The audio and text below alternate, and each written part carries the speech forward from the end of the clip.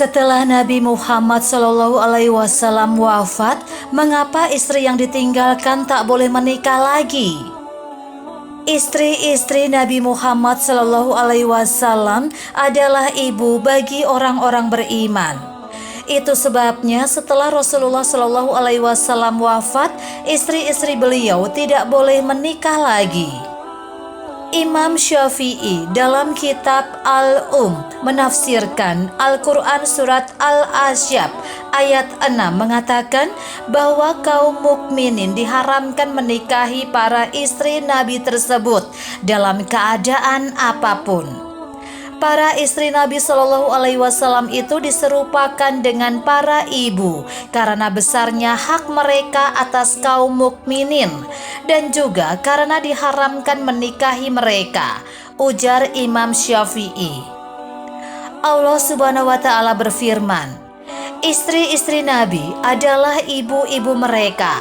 Quran surat Al-Ahzab 33 ayat 6. Dalam tafsir Kementerian Agama dijelaskan, karena Rasulullah SAW adalah bapak dari kaum muslimin, maka istri-istri beliau pun adalah ibu-ibu mereka. Maksudnya ialah menempati kedudukan ibu dalam kewajiban memuliakan dan menghormatinya dan haram menikahinya. Adapun dalam hal yang lain seperti hubungan waris mewarisi, hukum melihat auratnya atau berkhalwat dengannya sama hukumnya dengan perempuan lain yang tidak memiliki hubungan mahram.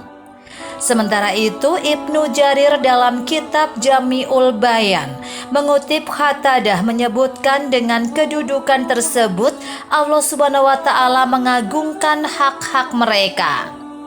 Ibnu Abi Hatim meriwayatkan dari Qatadah sebagaimana disebutkan oleh Imam Suyuti dalam Ad-Darul Mansyur mengatakan, maksudnya ibu-ibu mereka dari sisi haramnya seorang mukmin menikahi salah seorang istri Nabi SAW baik tatkala beliau SAW masih hidup, bila beliau telah mentalaknya, atau setelah beliau SAW wafat.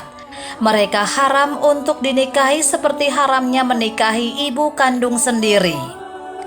Ibnu Jarir juga meriwayatkan dari Ibnu Zaid mengenai makna ayat tersebut, bahwa maksudnya adalah mereka haram dinikahi oleh orang-orang mukmin.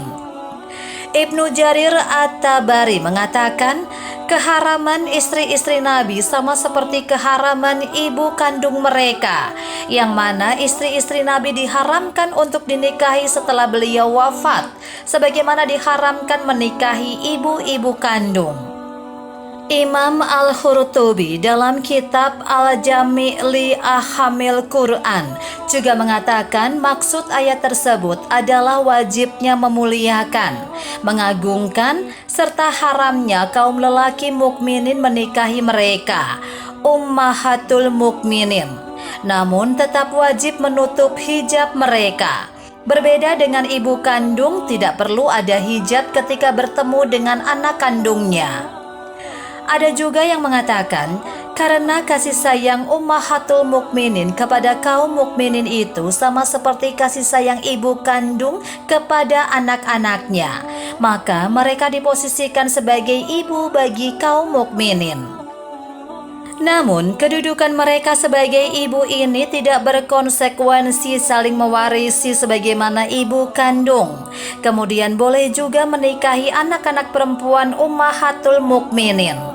Kedudukan para istri Nabi SAW sebagai ummahatul mukminin tidak lantas menjadikan anak-anak perempuan mereka menjadi saudari-saudari bagi kaum mukminin. Syekh Islam Ibnu Taimiyah berkata, umat Islam telah sepakat atas haramnya menikahi ummahatul mukminin setelah Nabi SAW wafat, juga sepakat atas wajibnya memuliakan mereka. Mereka adalah ibunda kaum mukminin dalam hal kehormatan dan haramnya dinikahi. Namun mereka bukan ibunda kaum mukminin dalam masalah kemahraman. Oleh karena itu, tidak boleh bagi seseorang yang bukan kerabat mereka untuk berkhalwat atau berduaan dengan mereka. Sebagaimana bolehnya seorang laki-laki berkhalwat dan safar bersama mahramnya.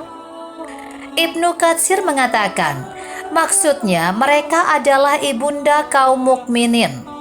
Dalam hal kehormatan, haramnya dinikahi berhak mendapatkan pemuliaan, penghormatan, pengagungan, akan tetapi tidak diperbolehkan berkhalwat dengan mereka.